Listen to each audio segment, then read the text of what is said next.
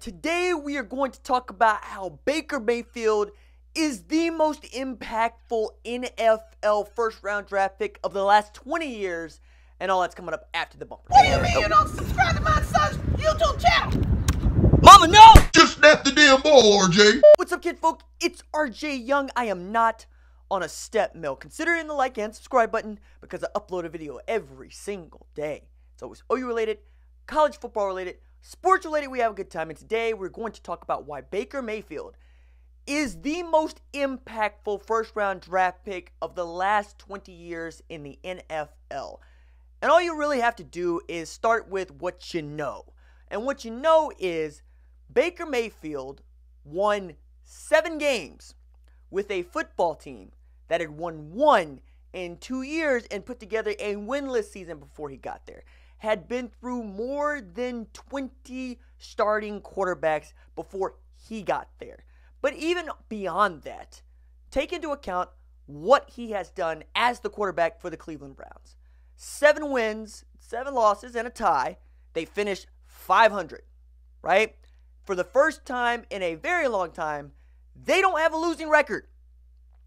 Now, couple with that, the kind of energy, the kind of BDE that man walks around with that was infectious to that entire organization, to the point to where they could fire the head coach, they could fire the offensive coordinator, and they could get better.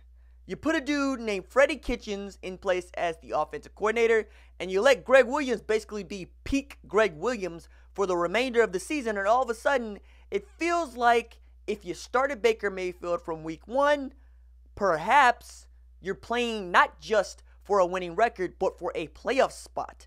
Because the Browns looked that good and, yes, that dangerous late into the season.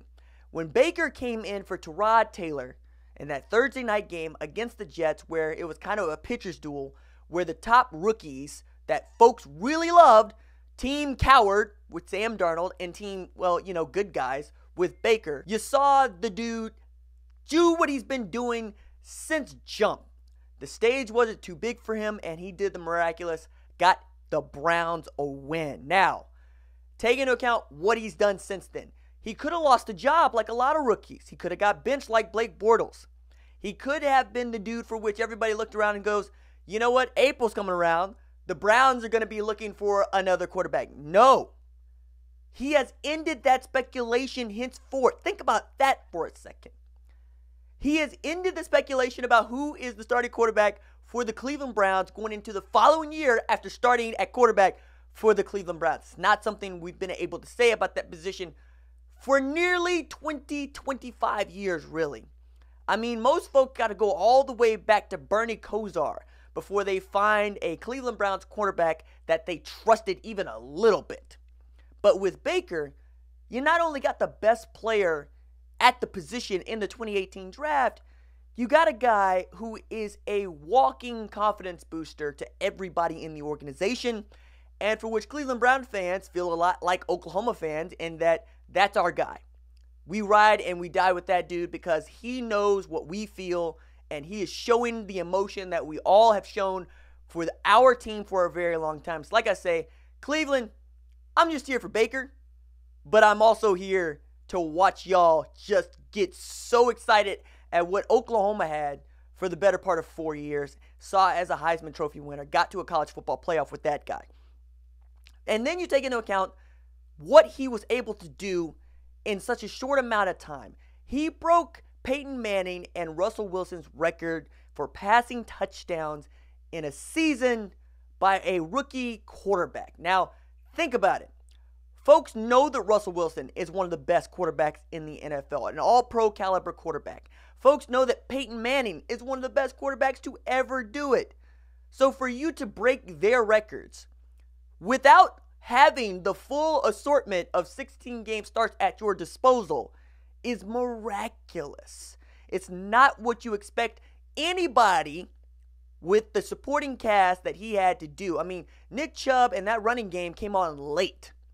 Jarvis Landry was the only set of hands that anybody could trust, and even then, you couldn't necessarily always count on Jarvis to pull in the rock. Went through receivers, found out that Antonio Callaway couldn't do. David Njoku, what he could and couldn't do. The offensive line needed to come together. The defense was really the only thing for which Cleveland could hang its hat on outside of Baker's play. And yet, I got to see why Myles Jarrett is so good and why Denzel Ward is so good and Jabril Peppers and so forth, so on.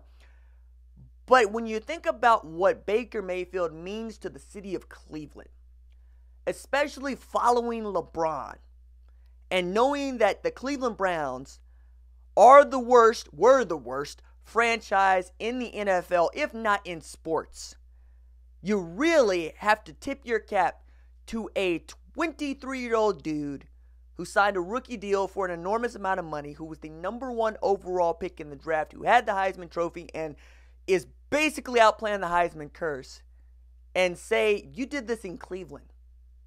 You did this in a place where they don't know what it means to have a great quarterback. They don't know what it means to have a team that is as good as the one they have, let alone a team that they don't want to wear brown paper bags over when they go to the game to watch them play. It's a team for which you can be proud of. It's a team for which people are excited about. It is a hip team. It is a young team. It is a team with tremendous potential in 2019 and feels like it can finally start to build around a franchise quarterback for the first time perhaps ever. When it's all said and done in Cleveland, Baker Mayfield could be mentioned in the same breath as possibly Jim Brown, as possibly LeBron James. Trevor Bauer, I don't know, that dude's Twitter handle is kind of awesome, so maybe get to Trevor Bauer level. If you don't follow Trevor Bauer on Twitter, you're doing yourself a disservice. But you get my point here. He's becoming a legend in Cleveland in the way that he became a legend in Norman, and the legend's only going to continue to grow because the next step is to get this Browns team toward a winning record and possibly a playoff berth. And you could see how close he was. Lamar Jackson picking him up at the end of their final regular season game, for which Baker threw a pick to end it, but had an opportunity to win it against a team that made the playoffs and a team that finished the season 10-6 in the Baltimore Ravens, and a team with another rookie franchise quarterback that they made the move to. I'm excited to watch Lamar Jackson and Baker Mayfield grow up together, but goodness me, taking into account everything that Baker Mayfield has done for Cleveland, everything that he has done as a quarterback in Cleveland, and everything he has done in the NFL thus far, it's very hard to think about guys that haven't done those things and who might have. When you're talking about the most impactful first-round picks in the NFL, you really got to start with guys like Richard Seymour, right? Who has 3 Super Bowl rings for the Patriots, but is he the most integral part of New England? No.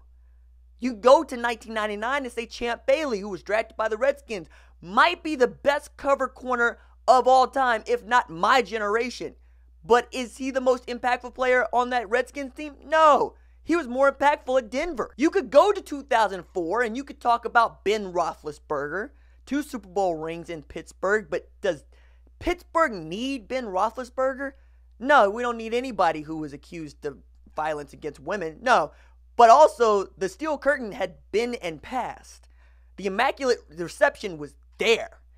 Terry Bradshaw was there.